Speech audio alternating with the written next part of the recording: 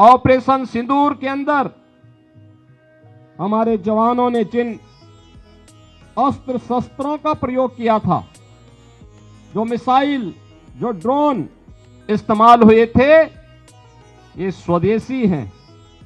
कोई भी देश अपने सामर्थ्य और शक्ति पर तभी विश्वास कर सकता है, अपने हस्तशिल्पी, अपने कारीगर, अपने देश के उद्यमियों को आगे बढ़ने के लिए एक बेहतरीन माहौल देता है। उत्तर प्रदेश के मुख्यमंत्री योगी आदित्यनाथ ने 19वें स्वतंत्रता दिवस के अवसर पर राजधानी लखनऊ स्थित अपने सरकारी आवास 5 कालिदास पर ध्वजारोहण किया। इस दौरान सीएम योगी ने राष्ट्रपिता महात्मा गांधी को नमन किया।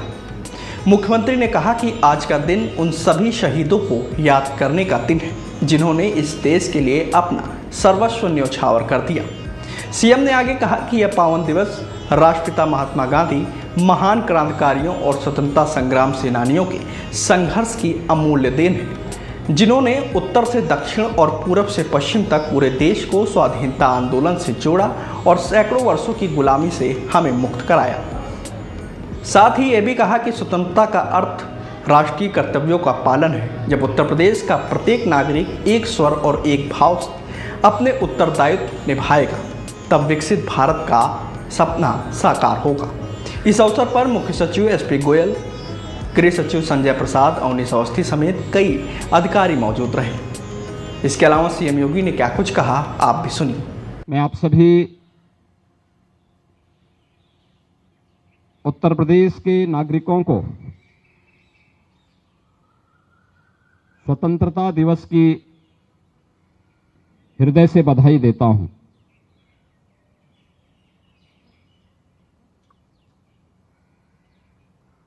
देश की स्वतंत्रता राष्ट्रपिता महात्मा गांधी और देश के उन महान क्रांतिकारियों, स्वाधीनता संग्राम सेनानियों के संघर्ष की देन है, जिन्होंने देश के अंदर उत्तर से लेकर दक्षिण तक, पूरब से पश्चिम तक पूरे देश को इस संघर्ष के साथ जोड़ करके सैकड़ों वर्षों की दास्ता से हमें मुक्त कराया। इस अवसर पर मैं राष्ट्रपिता महात्मा गांधी को नमन करते हुए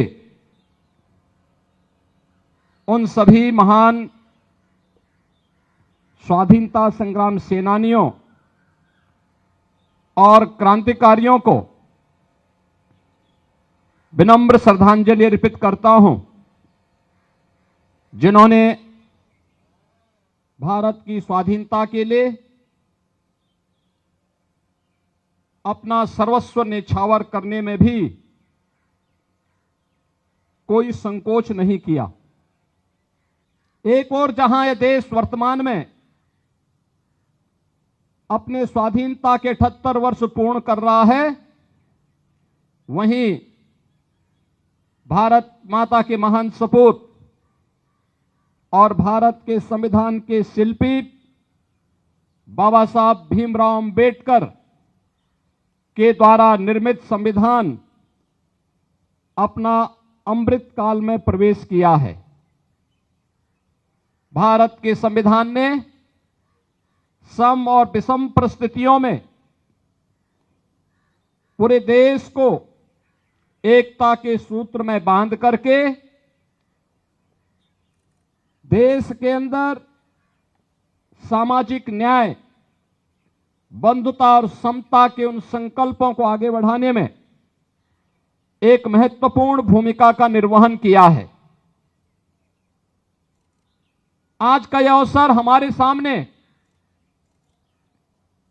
देश की आजादी के बाद देश की सीमाओं की सुरक्षा करने वाले और देश के अंदर आंतरिक सुरक्षा की बेहतर स्थिति को बनाने वाले उन सभी ज्ञात अज्ञात जवानों के प्रति विनम्र श्रद्धांजलि अर्पित करने का भी यह अवसर है। अभी हाल ही में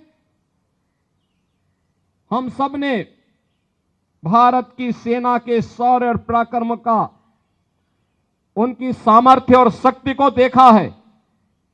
जब ऑपरेशन सिंदूर के दौरान इस पूरे ऑपरेशन को सफल क्रियान्वयन के माध्यम से दुनिया को भारत के सामर्थ्य से, भारत की सेना के जवानों ने उसका एहसास कराया।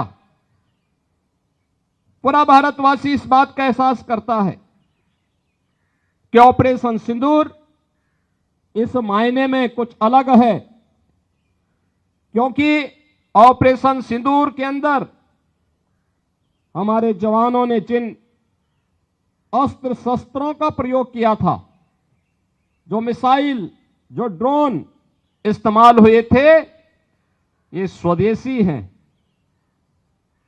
कोई भी देश अपने सामर्थ्य और शक्ति पर तभी विश्वास कर सकता है, याद रखना, जब वह अपने हस्तशिल्पी, अपने कारीगर और अपने देश के उद्यमियों को आगे बढ़ने के लिए एक बेहतरीन माहौल देता है। देश के अंदर आंतरिक सुरक्षा को बनाए रखने के लिए सिविल पुलिस और उससे जुड़े हुए संगठनों की एक बड़ी भूमिका होती है।